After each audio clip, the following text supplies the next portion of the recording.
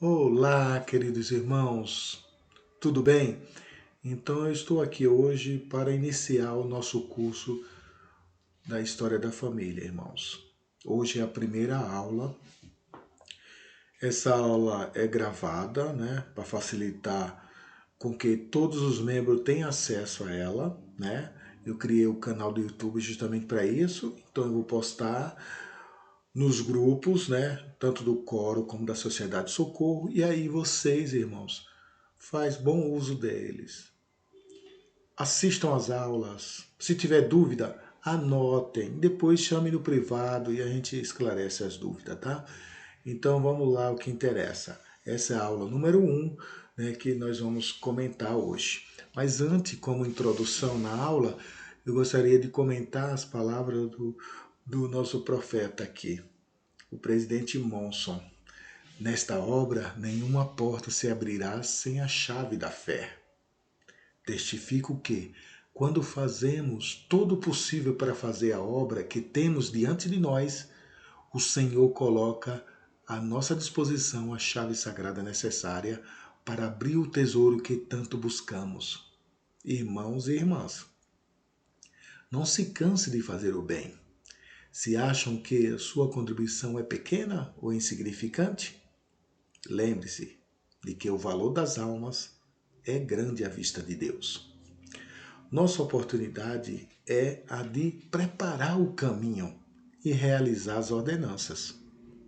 Depois de termos feito uma pesquisa fiel, para que essas almas se preparem para a glória, que lhes é uma oportunidade divina. A chave da fé, ali a Rona de Maio de 1994, página 5. Então, irmão, vemos aí o que o nosso presidente Monson falou, né, na época, né? Deu aí que é a chave da fé. Precisamos de fé quando iniciarmos esse trabalho, irmão. Nada sem fé, nós não vamos conseguir nada. Vamos orar, vamos jejuar se for preciso, tá bom? Tem um vídeo aqui que eu vou tentar passar para vocês agora, que é do Elder Aidukaitis, né? Que é do Coro dos 70. Então veja o que ele falou sobre a história da família. Queridos irmãos e irmãs, agradeço-lhes por haverem aceito este convite para participar na obra de salvação de nossas famílias por meio deste trabalho de História da Família. Sou o Elder Marcos Aidukaitis, do primeiro Quórum dos 70. O que é que o Pai Celestial espera de você? O Salvador fez sua parte. Ele pagou pelos pecados de todos. Ele iniciou a grande obra de pregação do Evangelho no mundo dos espíritos. Agora, a pergunta é: farei minha parte? Todos e cada um de nós somos conversos ao Evangelho, de uma ou de outra forma. Todos precisamos obter um testemunho pessoal do Evangelho de Jesus Cristo e alcançar uma conversão verdadeira. Um dos frutos desta conversão é um desejo sincero de compartilhar com nossos parentes e amigos queridos a alegria que sentimos. Temos amigos e parentes nos dois lados do véu. Muitos dos que habitam no que denominamos o mundo dos espíritos encontram-se, de acordo com as Escrituras, na prisão, sem poder gozar das bênçãos que oferece o plano de felicidade. Eles precisam de alguém que tenha a chave para abrir as portas do cárcere em que se encontram. Eu os imagino olhando pela janela e ansiando gozar as bênçãos que aqueles que já receberam as ordenanças e se mantêm fiéis estão recebendo. A chave desta prisão está em nossas mãos. Eles estão procurando comunicar-se conosco para que acionemos esta chave. O preso que se encontra no cárcere conhece a beleza do mundo que está do outro lado das grades. Sentimos o anseio que ele sente pela vida e liberdade que não goza mais. Os que já passaram para o outro lado do véu nos veem e veem também do mundo espiritual a beleza da vida que levamos com o Evangelho. Se você necessita de suporte para utilizar as ferramentas de História da Família, ligue para 0800 891-6465. Então vamos lá à aula, irmãos. O trabalho do templo e da história da família. Esse é o tema da nossa aula, né? Aula 1. Propósito do trabalho do templo e da história da família. Lembrando que essa é a primeira aula no total de 7, tá? E vai ser todas postadas lá e vocês aproveite. Assista a aula quando vocês quiserem, quantas vezes vocês quiserem, tá bom? Então vamos lá, ao propósito do trabalho do tempo da história da família. Vamos relembrar um pouco sobre o grande plano de felicidade, né? Também chamado de o plano de nosso Pai Celestial, ou o plano de salvação, o grande plano que Deus tem para seus filhos, né? São muitos pseudonômios, né? Pseudonomes que eles colocaram. Antes de nascer, você vivia com o Pai Celestial. Alguém tem dúvida sobre isso? Ele queria que você fosse feliz e se tornasse como Ele. Ser um Deus, né? Ser perfeito. Ele apresentou um plano para que você e todos os seus filhos viessem à Terra e depois retornasse à sua presença. Sua vida deve ser uma jornada de volta ao lar celestial, irmão. A presença de Deus no seu reino celestial.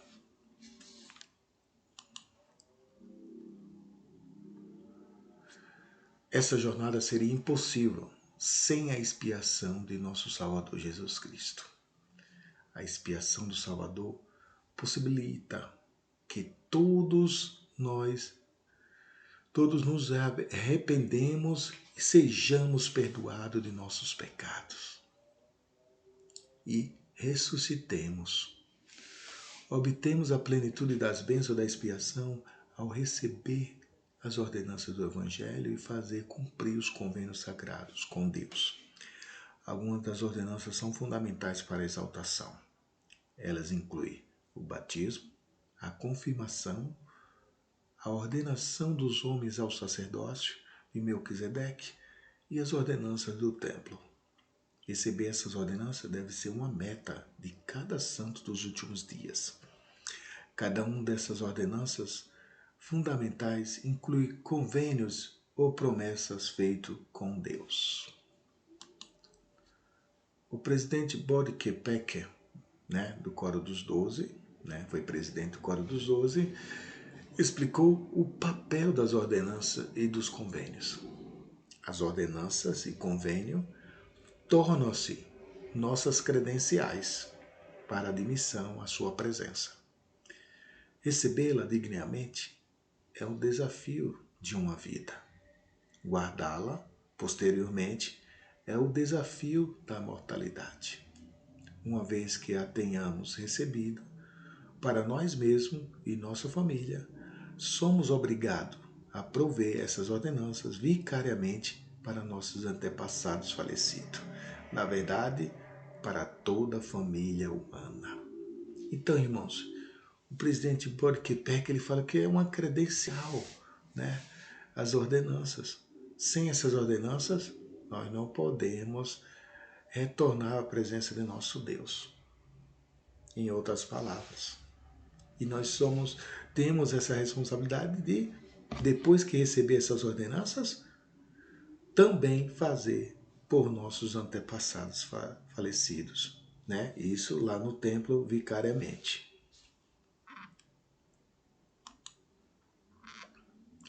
As famílias eternas são parte do plano. As famílias são fundamentais no plano de felicidade do Pai Celestial. Você faz parte de uma família celestial e de uma família terrena. Alguém tem dúvida sobre isso?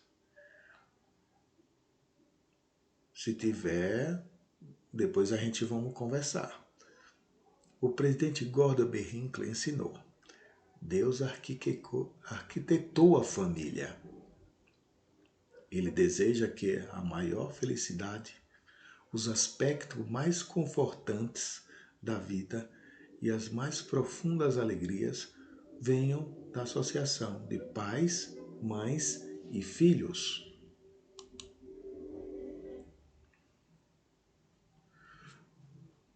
Já pensou isso?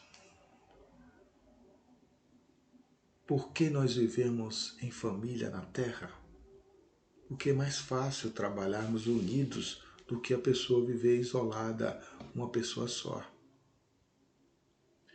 Muitos dos seus antepassados e talvez até alguns membros da sua família imediata, né? Pessoas próximas a vocês, seu pai, sua tia, seu tio, seu irmão, os que mais próximos, né? É que a família imediata.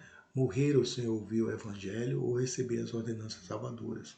O Pai Celestial é justo e misericordioso e proporcionou um meio para que eles recebam essas bênçãos. Seus antepassados falecidos vivem em um lugar chamado mundo espiritual. Lá eles têm a oportunidade de ouvir e aceitar o Evangelho de Jesus Cristo. Entretanto, eles não podem receber as ordenanças do Evangelho por si mesmos e não podem progredir até que os outros façam essas ordenanças por ele.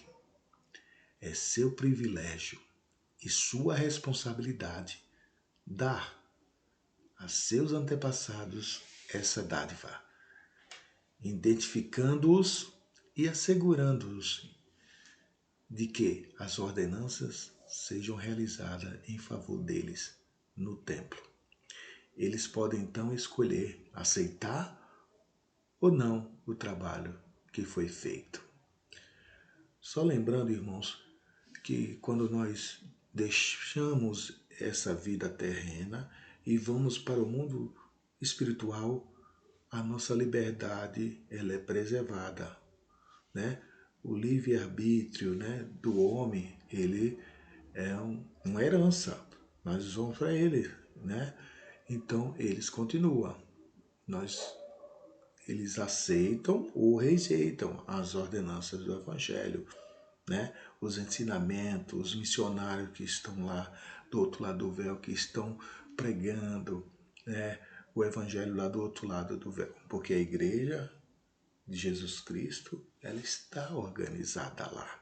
O próprio Salvador Jesus Cristo, ele organizou a sua igreja lá. Lembra-se daqueles 3 dias antes da ressurreição?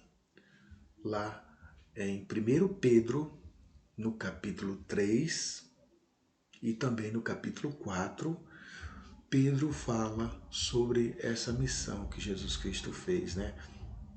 Durante aquele período, aqueles 3 dias. Depois você abra 1 Pedro, capítulo 3 e capítulo 4. Você vai ter uma visão melhor sobre o assunto, sobre a doutrina. Tá bom, irmãos? Vamos ver o que o nosso profeta Joseph Smith falou. Ele falou o seguinte: seu trabalho em favor de seus antepassados assemelha-se ao trabalho do Salvador. Já pensou? Só que numa escala menor. O Salvador permite que todos nós retornaremos à presença do Pai Celestial, por meio da expiação. E você ajuda seus antepassados a receberem as bênçãos da expiação ao colocar as ordenanças à disposição deles. Você faz por eles um trabalho de salvação que não pode fazer por si mesmo. Mais adiante, o profeta Joseph Smith ensinou que os santos dos últimos dias se tornarão salvadores no Monte Sião. Ele explicou como eles se tornarão salvadores no Monte Sião: construindo seus templos, erigindo suas fontes batismais e recebendo todas as ordenanças sobre suas cabeças em favor de todos os seus antepassados falecidos, redimindo-os para que possam surgir na primeira ressurreição e ser exaltados em tronos de glória com eles. Já pensou, irmão? Que bênção maravilhosa, hein? O trabalho do templo e da história da família une as famílias, marido e esposa, pais e filhos, podem ser selados por meio das ordenanças sagradas do templo. A meta desse processo é que toda a corrente da família de Deus seja unida em uma só e todos se tornarão família de Deus e de seu Cristo. Já pensou isso? Ser uma família só. Vai depender de cada um de nós, irmãos. Nós temos que fazer a nossa parte. Então vamos falar um pouco sobre a missão de Elias, né? Muitos dos membros da igreja, né? Uma parte dos membros ainda não compreende direito essa missão, né? Quem foi Elias, né? Por que ele teve essa missão? Né? Então, as chaves do poder unificador ou selador do sacerdócio de Melquisedeque foram concedidas a Elias, um profeta do Velho Testamento. Esse sacerdócio possui autoridade para realizar as ordenanças que unem as famílias pela eternidade. Lembrando que o presidente Rosemary Nelson, nosso profeta atual, ensinou que uma manifestação do Espírito Santo acompanhou a volta do profeta Elias. Elias, o profeta, veio para converter o coração dos pais aos filhos e o dos filhos aos pais. Com isso, a afeição natural entre as gerações começou a crescer. Essa restauração foi realizada pelo que às vezes é chamado de o Espírito de Elias, uma manifestação do Espírito Santo, prestando testemunho da natureza divina da família. Desde aquele momento, as pessoas do mundo inteiro, independentemente da filiação religiosa, estão reunindo registro de parentes e falecidos em escala sempre crescente. Elias, o profeta, veio não só para incentivar a busca dos antepassados, ele também tornou possível as famílias unir-se eternamente, transcendendo os limites da mortalidade. Na verdade, a possibilidade de selar as famílias para sempre é o verdadeiro motivo de nossa pesquisa. Quem quiser ver no relatório da conferência ou na Lei Arrona, está lá, tá?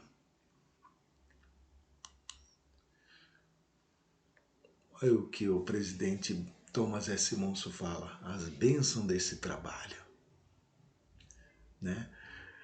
Enfatizou as grandes bênçãos concedidas àqueles que participam do trabalho do templo. Estamos em uma época de construção de templos. Nunca houve tanto templos sendo construídos e dedicados. Os templos abençoarão as pessoas que neles entrarem e que se sacrificarem em prol de sua construção. A luz de Cristo brilhará em todos, até mesmo naqueles que já se foram.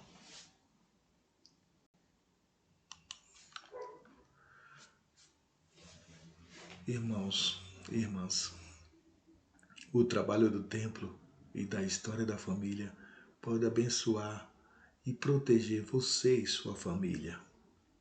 O presidente Bob Kepek prometeu, é uma promessa de um servo de Deus. O Senhor nos abençoará à medida que atentamos para o trabalho sagrado dos templos.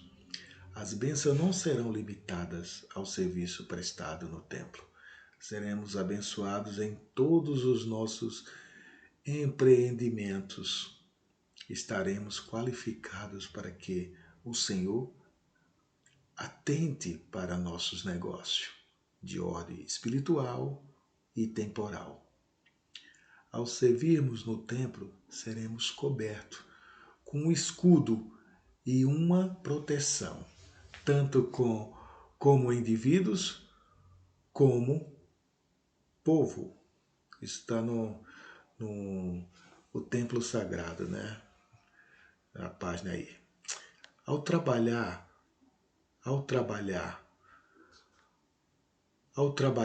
na história da família e ir ao templo por seus antepassados, você sentirá a influência do Espírito Santo com muito mais força em sua vida. Será fortalecido para fazer esse trabalho e as outras tarefas de sua vida com mais eficiência. Ao fazer o trabalho do Senhor, você o conhecerá melhor e se tornará mais semelhante a Ele. Irmãos, precisamos realmente fazer a nossa parte. Temos que cumprir esse mandamento que nos foi colocado, esta nossa responsabilidade, e que nós não podemos fugir. A terceira missão da igreja é redimir os nossos mortos. Presto o meu testemunho, irmão, de que esta é a igreja de Jesus Cristo, do Santo dos últimos dias, é a igreja, a autêntica igreja de Jesus Cristo na terra, estabelecida nesses últimos dias em preparação para a segunda vinda do Senhor Jesus Cristo. Ele vive, e eu dou testemunho, e de que esta obra é verdadeira. Precisamos fazer a obra genealógica, irmão. Ele é o nosso Salvador. Em nome de Jesus Cristo. Amém. Irmão, até o nosso próximo encontro. Curta o vídeo, tá? E aproveite a aula. Pode assistir quantas vezes você quiser. As dúvidas, anotem e depois pode mandar pelo WhatsApp no privado, que eu estarei pronto para receber e avaliar a pergunta e responder, ok? Um grande abraço e até a próxima aula.